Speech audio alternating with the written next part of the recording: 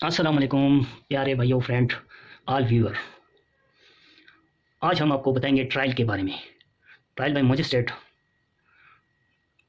Trial के दो किस्में होती हैं। There are two kind of trial in CrPC. First of all summary trial और सेकंड है रेगुलर ट्रायल।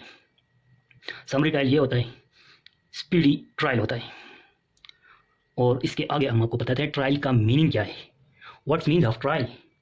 आप सोचेंगे कि ट्रायल है क्या, तो आइए बताते हैं हम आपको।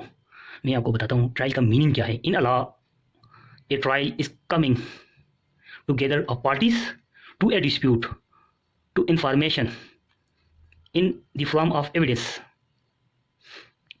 यानी कि ट्रायल स्टार्ट होता है तो एविडेंस कलेक्ट करना और ट्रायल कोर्ट के सामने बाय ओथ एविडेंस जाहिर करना, और against the accused of complainant वो ट्रायल वो प्रूफ करेगा, तो तब जाके मुलजिम को पनिशमेंट दिया जाता है। अगर सारा सा भी डाउट आ गया तो benefit doubt of accused.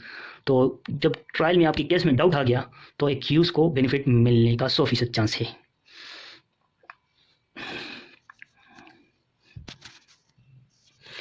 Summary trial. Summary trial क्या है आप अभी आपको मैं बताता हूँ। Let's start the summary trial. Notwithstanding anything contained in code. Number second है any magistrate of first class specially empowered in this behalf by provisional government.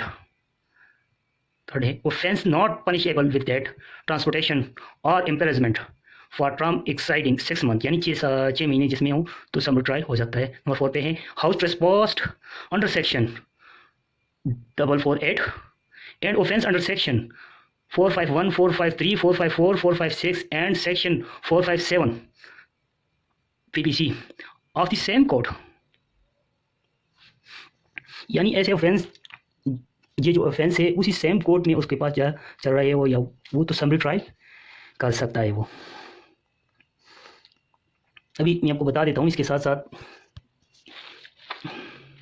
अभी सेक्शन 448 की सेकंड शेड्यूल के मुताबिक इन CrPC second schedule के मुताबिक compoundable offence है, imprisonment of 1 year और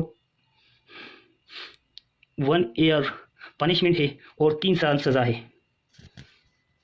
इसके बाद है सेक्शन 41। इसका सेक्शन 41 कंपाउंडेबल है, अवेलेबल है।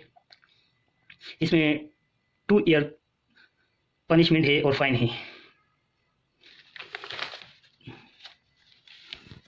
और सेक्शन 453 अवेलेबल है, 2 ईयर पनिशमेंट है और फाइन है। 454 इसमें 3 ईयर पनिशमेंट है और अवेलेबल है। 456 इसमें 3 ईयर पनिशमेंट है, अवेलेबल है और मजिस्ट्रेट सुन सकता है। और 457 लास्ट में इसमें 5 ईयर पनिशमेंट है और मजिस्ट्रेट सुन सकता है, अवेलेबल ऑफेंस है। ये आपकी नॉलेज के लिए मैं बता रहा था कि आपको ये चीज़ें भी साथ साथ सीखना पड़े। Regular trial. रेगुलर ट्रायल क्या है?